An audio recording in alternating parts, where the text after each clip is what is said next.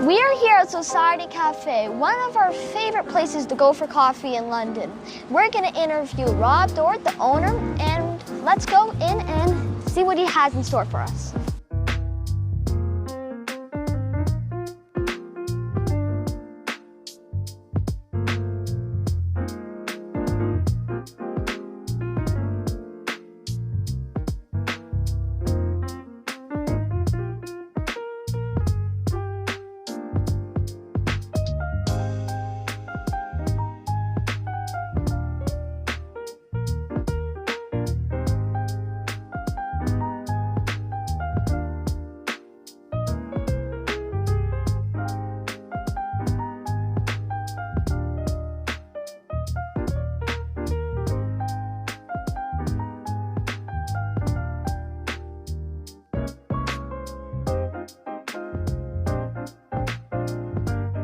We are here talking with Rob Dort, the owner of the Society Cafe. Rob, how are you doing? I'm doing well, thanks. When did you know that you wanted to start a coffee shop, and why? When did I know? I guess I always had it in the back of my mind that I would like to open a cafe. Right. After we moved back from the UK, and I experienced what they had over there. I always thought it would be nice to open up something here in London similar to what we experienced over there. Right, and where did the name Society Cafe come from? I'm not going to lie, I stole it from a cafe in the UK. So I just liked it, and I knew that there wasn't any other Society Cafe anywhere practically in Canada. And I just liked the idea, society, people coming together. So I stole it though, so it wasn't super original. We know that right now small coffee shops are trendy, and what is the difference from Society Cafe from the other coffee shops? Yeah, so what's changed in the coffee industry, I guess you'd say, in the last several years is what they call third wave coffee. And third wave coffee, or it's also referred to as specialty coffee. And what that is, the second wave would be kind of maybe the chains that have been around for the last, in Canada, maybe 50 years, and then Starbucks came, and most places would consider them second wave, meaning a little higher than what it was back in the old days. But third wave coffee really focuses on quality, getting the ingredients right, making the coffee properly, and there's a science to how a little cafe like us and others in town, how we would make coffee. Yes. Really, that's cool. And do you make the baked goods yourself? Yeah, we make everything in-house. That's great. Do you have any gluten-free items? We typically do. Right now we've been in the summertime and actually for a while, we kind of make things randomly day by day. We typically like to try to carry a gluten-free item, one or two, and that will become more standardized. I think come September, we'll have more of a set menu where we could say we have it every day, but it's a little hit and miss right now, if I was to be honest. Well, I do like it how, like, one day I'll come in and maybe I'll have a donut, and then the other day I'll have a croissant, and the menu changes like almost every week. So I do like that about Society Cafe. What types of coffee do you use, and is it local? So the roaster that we have, we use a couple different roasters. One would be a place called Propeller Coffee out of Toronto, and they've won awards for their roasting. They were Micro Roaster of the Year in Toronto, so they've been recognized as a high quality roaster. And we also use a company called Monogram, and they're based in Calgary. And once again, they're recognized as one of the better roasters in Canada. And we want to offer something unique here at our cafe, and we're the only ones that I know of that offer Monogram. So those are the two roasters that we're using. Right. So we know that you had gelato before, and do you still make gelato? We decided this year to step back from doing what we did the previous year.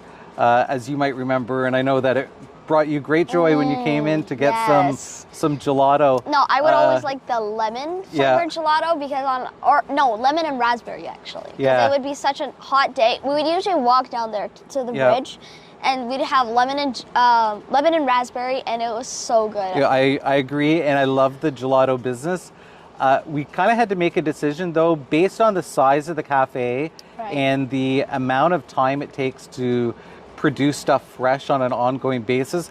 Had to kind of step back from the gelato and focus on baking, because the baking is more year-round, where gelato is fairly seasonal. So to build what I would say is a sustainable business that you can operate all year round, we were focusing on the baked goods. So unfortunately, no gelato. What are your most popular items? Most popular items?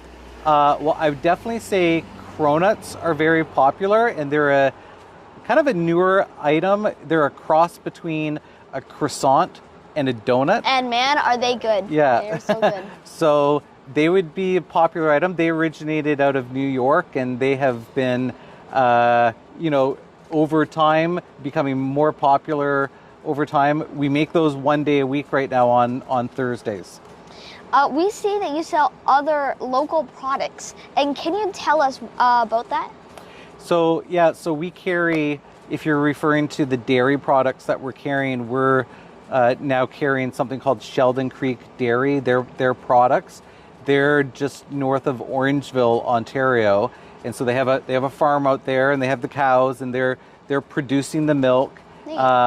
And we're the only people in this side of Cambridge that's selling their products. So I was using their cream for people that have come in and they've had the scones with double cream. We've been buying their product for a little while, but we decided to carry it and resell it so other people could purchase some of their milks and creams, and they've got flavored milks and everything as well. We know that your shop had an accident and many months ago, and then COVID came around. Yeah. And so how are you affected by both of those things? Well, the accident put me out of business for 6 months. It was about a month after I had opened. The cafe didn't have the accident. The car had the accident into the cafe.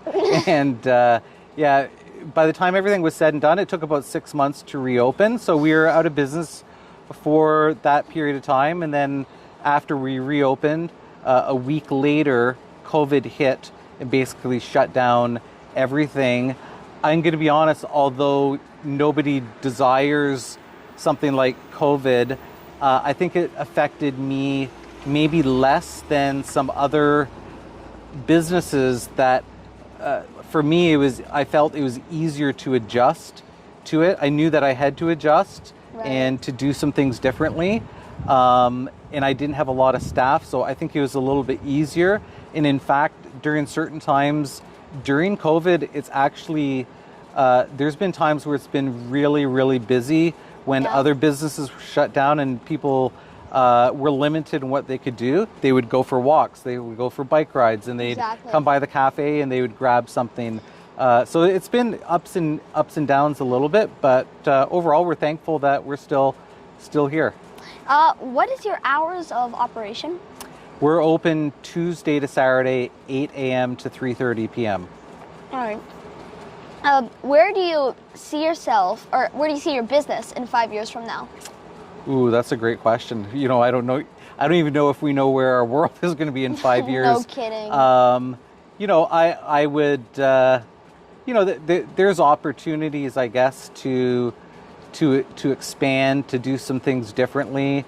And for me, I'm a fairly open-minded, optimistic person. So if I saw an opportunity, I would always consider that. But just to continue to build in the community and offer, the best product that we can. And you never know, it could be another location within 5 years, or it could be something else. I don't know. Is there anything else you'd like to say to the viewers who are watching? I would just say come and support local businesses, come and support local cafes. It might not be as convenient to not go through the drive-through, but it's not only because we want your support. We truly believe, and I truly believe, that we're offering a better product than a lot of other companies are, and we're taking care kind of each single coffee that we make, everything that we make, we're taking care as we make that. And so I would say just support local business in general as well. You've heard the man. Come over to Society Cafe to get probably some of the best pastries you'll ever have in your entire life. It's local, and come on over and visit. We had a great time at Society Cafe. Rob is such a good host, and they have such good coffee and snacks. Have a good day. Thanks for watching.